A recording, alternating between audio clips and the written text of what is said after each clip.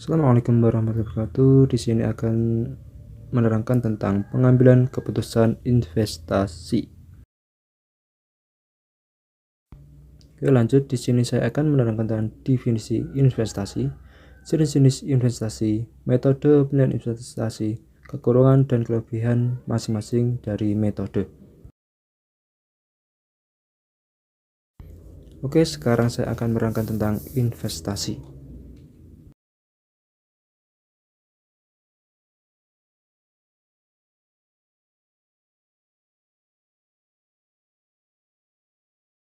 Definisi dari investasi. Secara bahasa, kata investasi berasal dari kata investire yang memiliki makna memakai atau menggunakan.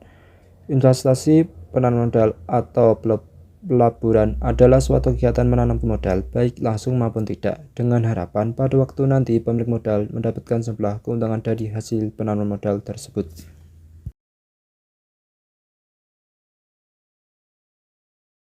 Selanjutnya, jenis-jenis investasi.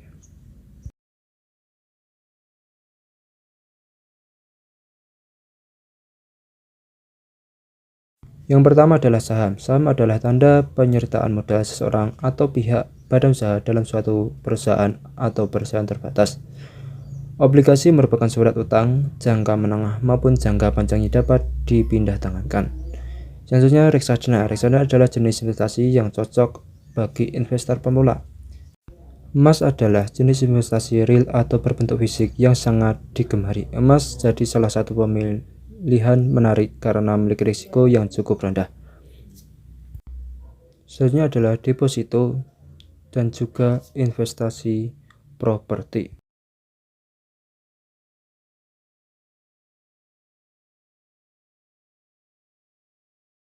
Selanjutnya adalah metode penilaian investasi, kekurangan dan kelebihan masing-masing metode.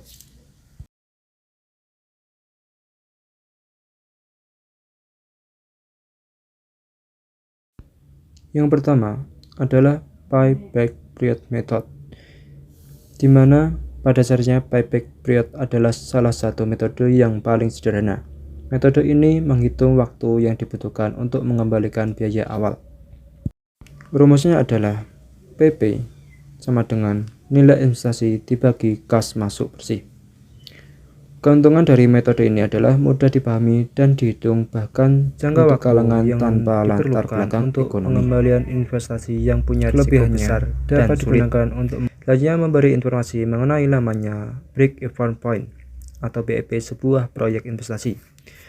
Cara menghitung cukup sederhana. Selanjutnya dapat dipakai sebagai alat pertimbangan risiko.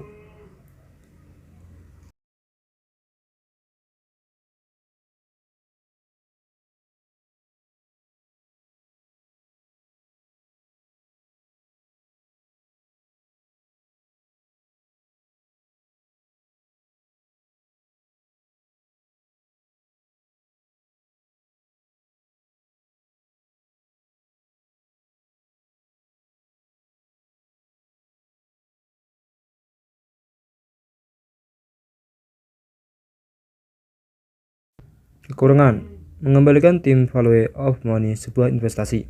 Tak bisa memberi informasi soal tambahan value untuk perusahaan. Tak memperhitungkan tingkat likuiditas perusahaan secara keseluruhan.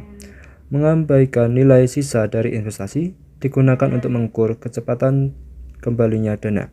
Artinya tidak mengukur keuntungan proyek pembangunan yang telah direncanakan. Selanjutnya adalah NPV. NPV adalah metode penilaian investasi dengan mengukur selisih nilai investasi saat ini dari arus kas yang masuk dengan nilai arus kas keluar pada masa mendatang selama periode tertentu.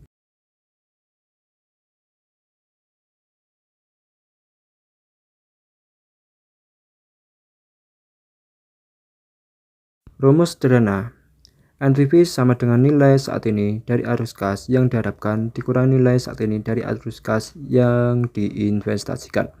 Metode ini dianggap sebagai metode penilaian investasi yang paling baik.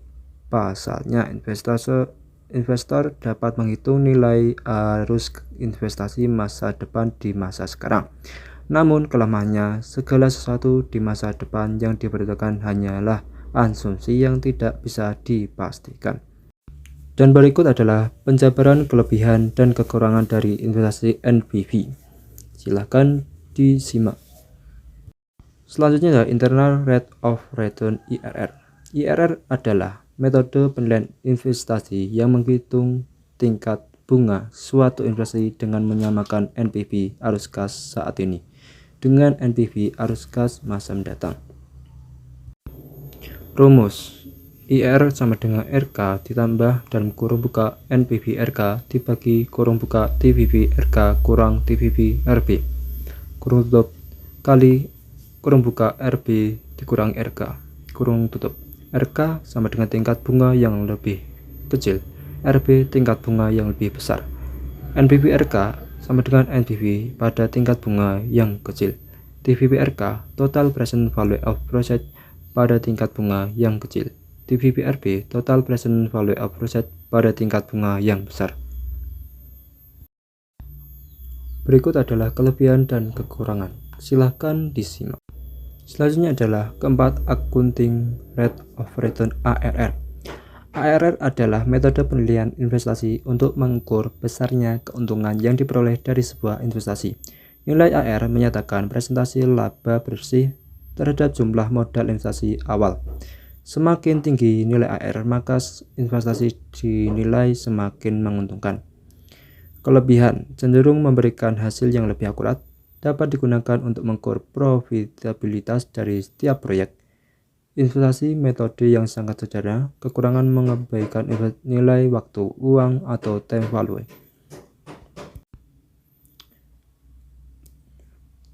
Kekurangan: tidak dihitung dengan didasarkan pada arus kas yang aktual. Dan kekurangan terakhir, pendekatan yang digunakan untuk melakukan perhitungan cenderung bersifat jangka pendek. Oke, demikian presentasi dari saya. Apabila ada salah kata,